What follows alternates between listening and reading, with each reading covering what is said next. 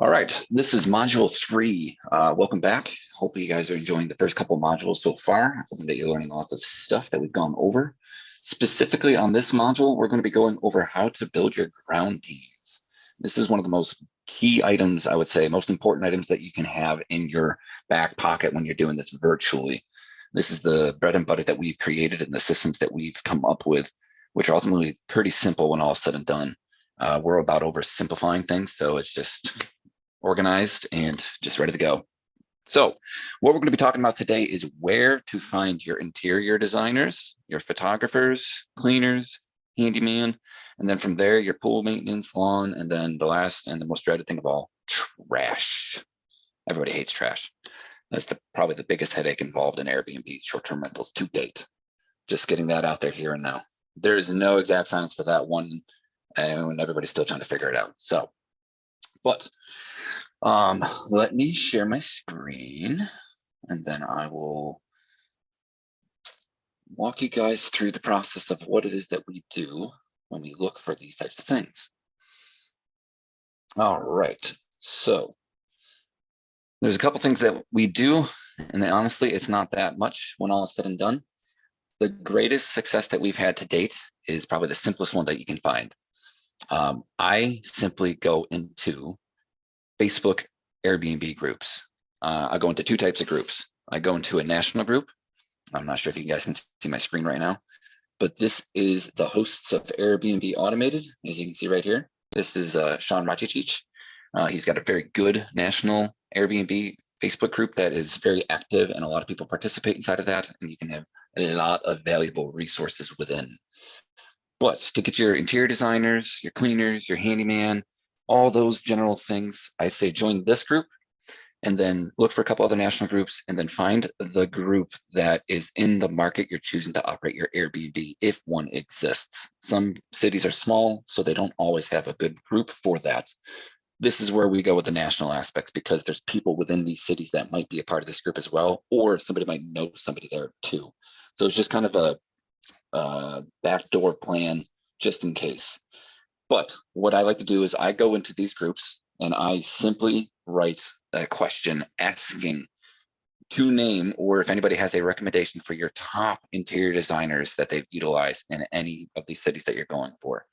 Just ask, simply type in a question, say, hey, I'm starting up a property. I'm looking to start this in, let's say, Austin, Texas, just as an example. Who do you recommend for an interior designer? You're going to write that in here, and then you're just going to wait. Truthfully, you're going to just wait for the amount of comments they're going to receive on this. And then you're going to see 12 comments right here, 11 comments right here.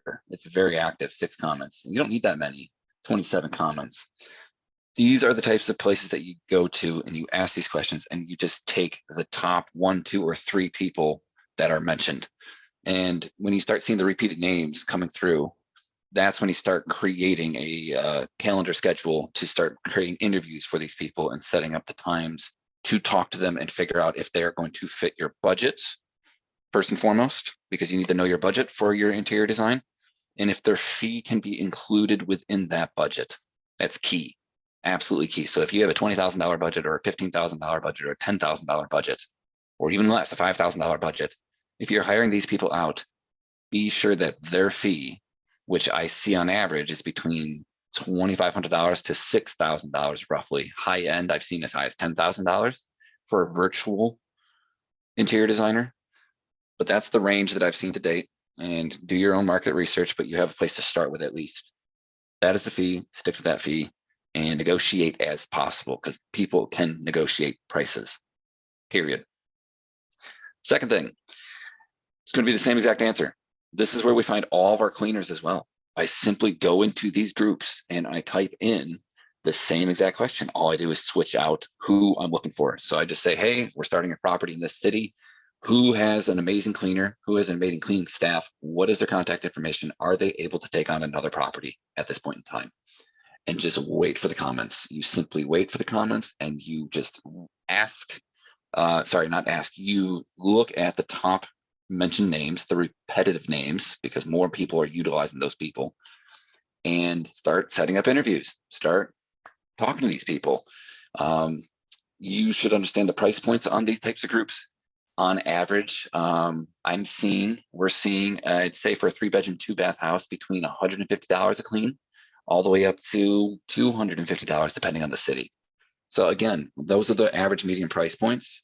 We have gone over, I believe, how to tell what a cleaning fee is on one of these properties. If not, we're definitely going to go over that in a later module. Can't remember off the top of my head right now. So that's how you find your cleaning staff and build that out. I'm going to backtrack a little bit. When you get a photographer, the simplest and most efficient method is to ask your interior designer who they utilize for their properties when they're done setting up that property. They 100% have used somebody before. I've only ran into one person that hasn't out of all the times we've utilized an interior designer. But typically you want a photographer that specializes in Airbnb photography, short-term rental photography, not just real estate photography, because they're marketing it in a different aspect, because the guest is different than somebody that's buying a property. People are trying to stay at the property for a short period of time versus live at this place for the rest of their lives or a couple of years, whatever that is. So there's a subtle difference, but it does make a key difference. So when you get your designer in place, as the project goes on, that's when you start figuring out, do you have a photographer? Where do they do? Can I see their work? Do they have a website? If not, do they have a social media account that I can look at all their work? And then you start looking at if their product, their photography matches and aligns with your vision, what you envision the property to be. And again, that goes with the interior designer too. You need to find somebody that matches your vision, what you want for the property, but you need to let them have the freedom to enact on that vision. Tell them what you want and then let them run. And then just check in and have conversation with them and just stay in the loop with what they're doing. So that's your interior designer, your photographer that follows from that. Again, prices vary, but you should on average get no less than 40 to 50 photographs per shoot. Some will go up as high as 100 and maybe a little higher too. Prices on this vary as well. Some are as low as 150. I've seen the highest is $400. Shouldn't be paying too much more than that, but when all said and done, that's a very good price because those photos are going to make all the difference when it comes to listing your property. Do not grab your cell phone and take photos of your property with your cell phone. People eat with their eyes first and foremost. I don't care what anybody says. You eat with your eyes and then you decide if that is the thing that you need to move on and act on that spot. So if you can present that dish, is what I'm going to call it, to these people correctly, market to them and really connect to their emotions, you're going to start seeing and generating much more revenue and sales and guest interaction and occupancy, hands down. After all that, your cleaners are in place, things are moving along just fine. Next thing you need to have is a handyman. Again, same thing. I'm sharing my screen because this is all that we did and it worked really well. And I'm going to give you 2 backups as well for these types of situations. Simply go into here and start asking the same questions. I'm building a property in this city. I'm looking for a handyman that is reliable. Does anybody have any good recommendations? And again, go through the process of interviewing these people. You're going to want to have 1 full-time handyman at minimum and then a backup option. And you have to remember that these people need to be on call and I would recommend having somebody that has had Airbnb experience, because they understand that you're going to go weeks, if not months, without any issues. So they're not going to be making or generating a ton of revenue with you. So their mentality has to be aware of that. They won't be able to expect a job every single week, because that's the point. We don't want them to have a job every week, not to provide revenue for them, but we don't want any headaches with the property. The whole point is to have a great guest experience first and foremost. So if you can consistently stay on top of that, you're going to, again, generate great reviews, which are going to generate more revenue. So bear that in mind. Primary handyman and then a backup, always on call. And be sure to verify their hours of availability. We have some handymans that are only available from 4 p.m. on because they have a 9-to-5 day job. 9 to 5, I'll call it. But knowing their availability makes or breaks situations as they arise, because they will. All right. And then lastly, again, this is a little bit harder. Oh, forgive me, I forgot to mention the 2 backup options. For when it comes to handyman or specialized items that certain handymen don't have the capability of fixing and or taking care of, such as major plumbing issues or electrical issues, what's like those types of things. Sometimes handymen can do that. You get a good one if you have somebody that can handle that. So, but the backup options I recommend is TaskRabbit and Thumbtack. Those two websites.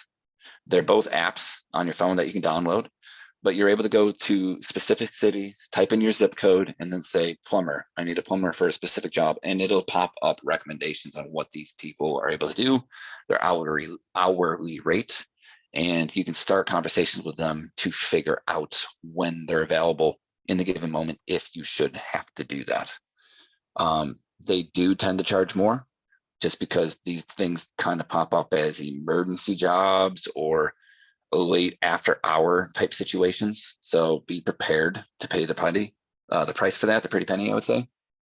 But you have to do what you got to do for the guest experience.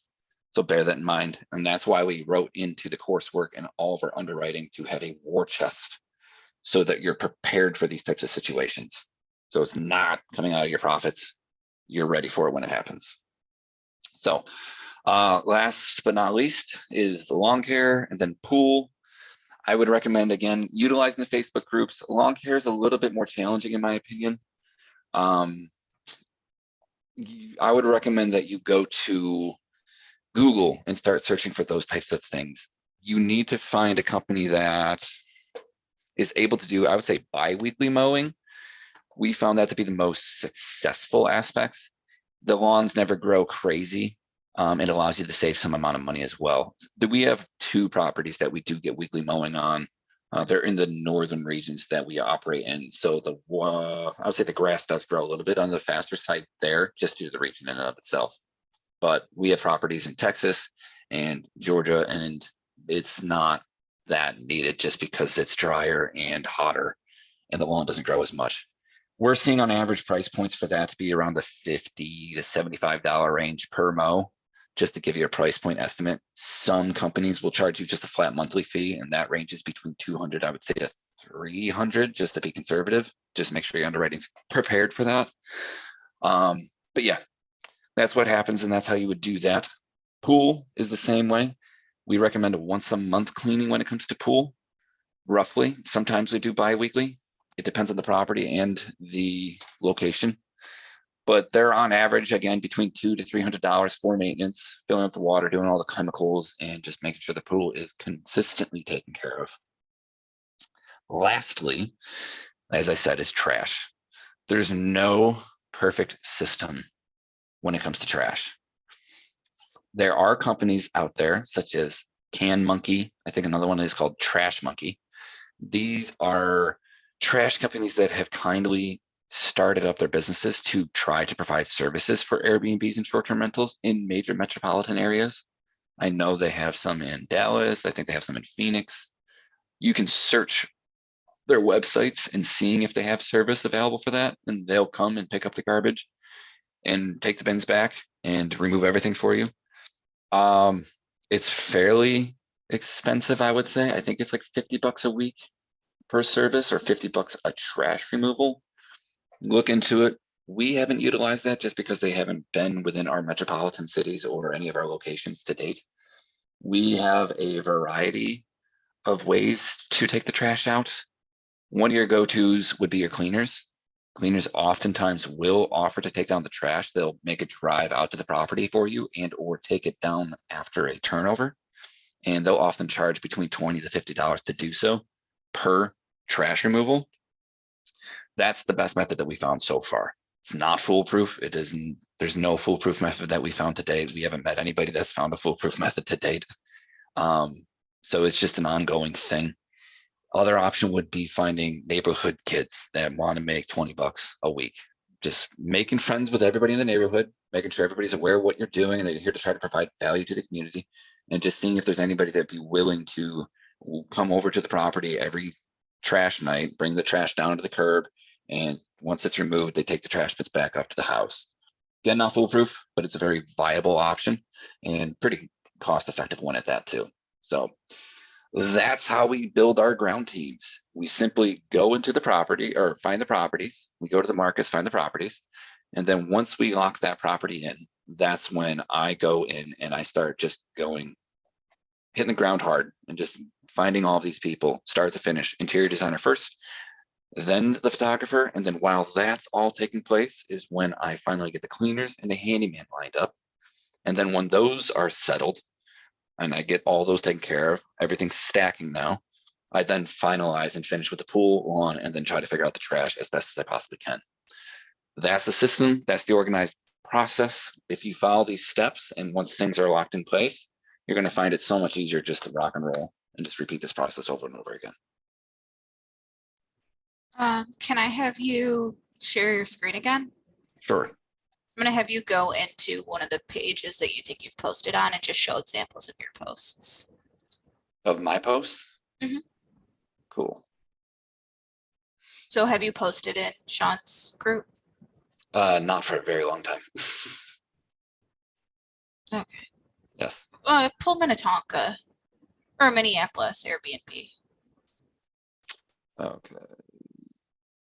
I think if you search. Can we edit this part out? Yeah. Cool.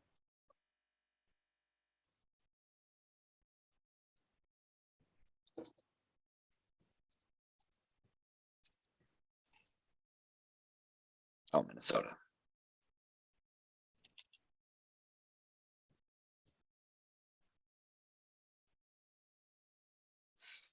So yeah, just search at the top. Say what? At the top, search. Here? Yep, just type your name.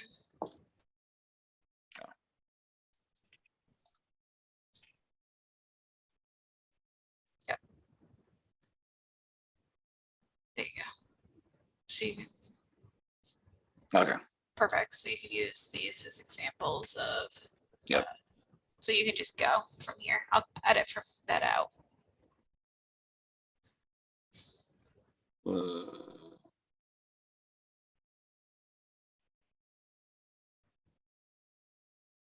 All right, perfect.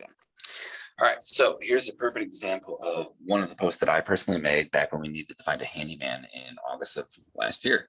I made a post and I said, hey, I need a handyman. Does anybody have recommendations that covers this specific area? And I just waited. And as you can see, I got 12 comments and I just interacted with those commenters. And this is the results that I got. Somebody asked if I could tell them a little bit more about what's going on. And I asked them for their information. And I just went down and just kept looking to find somebody that could help us overall. I got this person, which is Expert Vacation Management. I don't really think that was anything worthwhile, but this, I think, is the person that we ultimately contacted. And I just went through my messenger and I found their number and I had a phone call conversation with them. Simple as that. I'll go back through. Let's see. There's a cleaners one. Yes, right there. So this is where we got a lot of our cleaners ultimately. That is our cleaner right now in there. Yes. Wait, where? Brittany. Brittany Glenn. Yeah, exactly. Here's a prime example.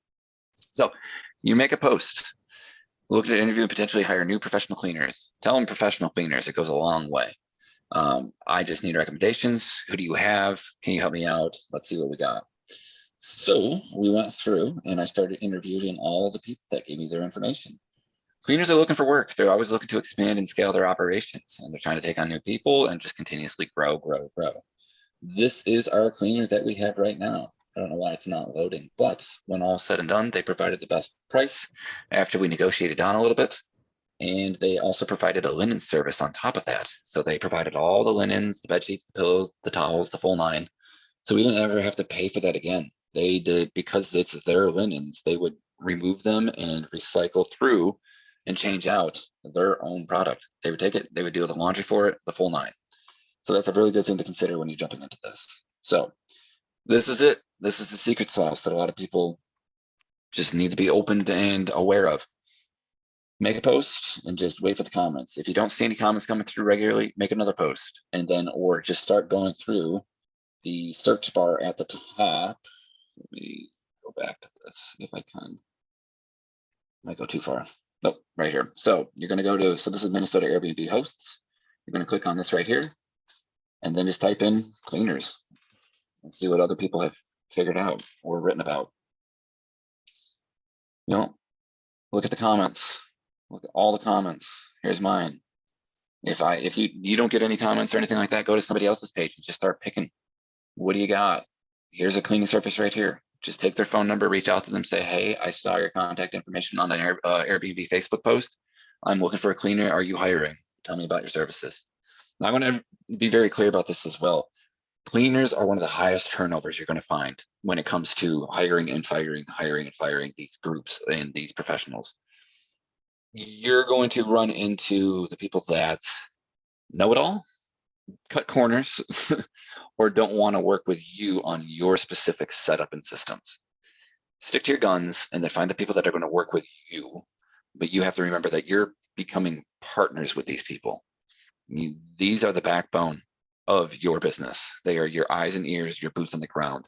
Treat them as if they're a colleague and a partner versus an employment. You're going to see a major world of difference by doing so. And just work together and communicate. And yeah, so that's it. That's how we do this.